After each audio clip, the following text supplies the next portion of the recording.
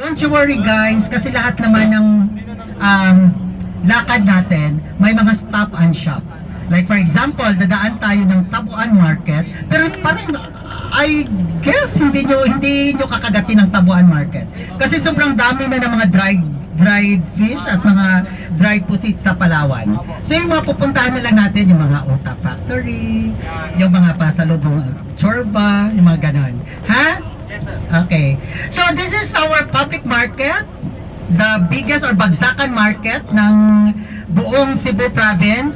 So alam niyo pa guys, kahit isla lang din ang Cebu, may mga mountain na mountainous municipality kasi ang Cebu.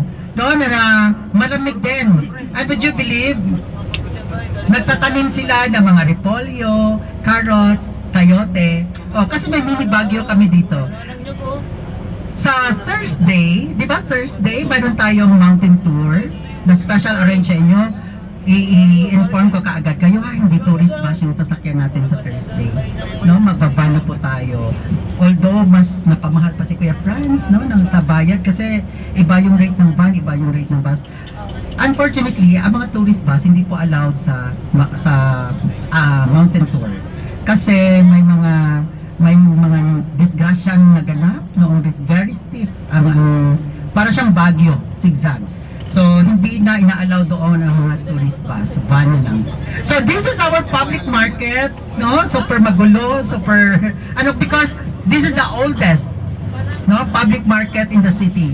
Ang tinawag nila itong carbon. Why carbon?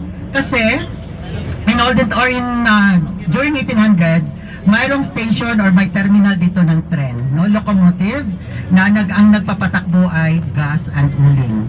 So, carbon, uling carbon, so tinawag siyang carbon market. Yes, pero bagsakan ito ha. And, ito na, malapit na tayo.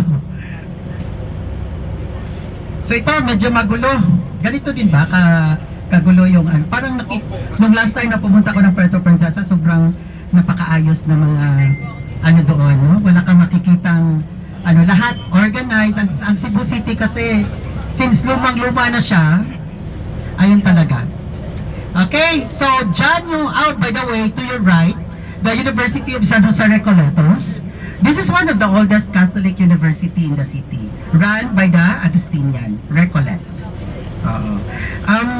Center of excellence din sila sa engineering, accountancy. Kung mapapansin nyo, pagka nag-release ng mga board exam sa CPE, mga top-notchers din yung kanilang mga graduates. No? University of San Jose Recoletos.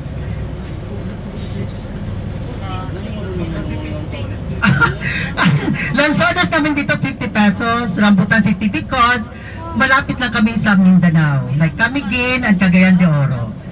So overnight, lang. So ang mga fruits na dito sa Cebu, usually or mostly ay nanggagaling sa Northern Mindanao, particularly sa Cagayan de Oro City and Bukidnon. Okay, so dito na tayo. Oh, dito tayo. It's tawag namin dito barracks. Ang mga turista, kahit ganito lang to dito kasimple, talagang, especially at night, talagang nagpupuano sila dito dahil nga sa mga lechon at puso.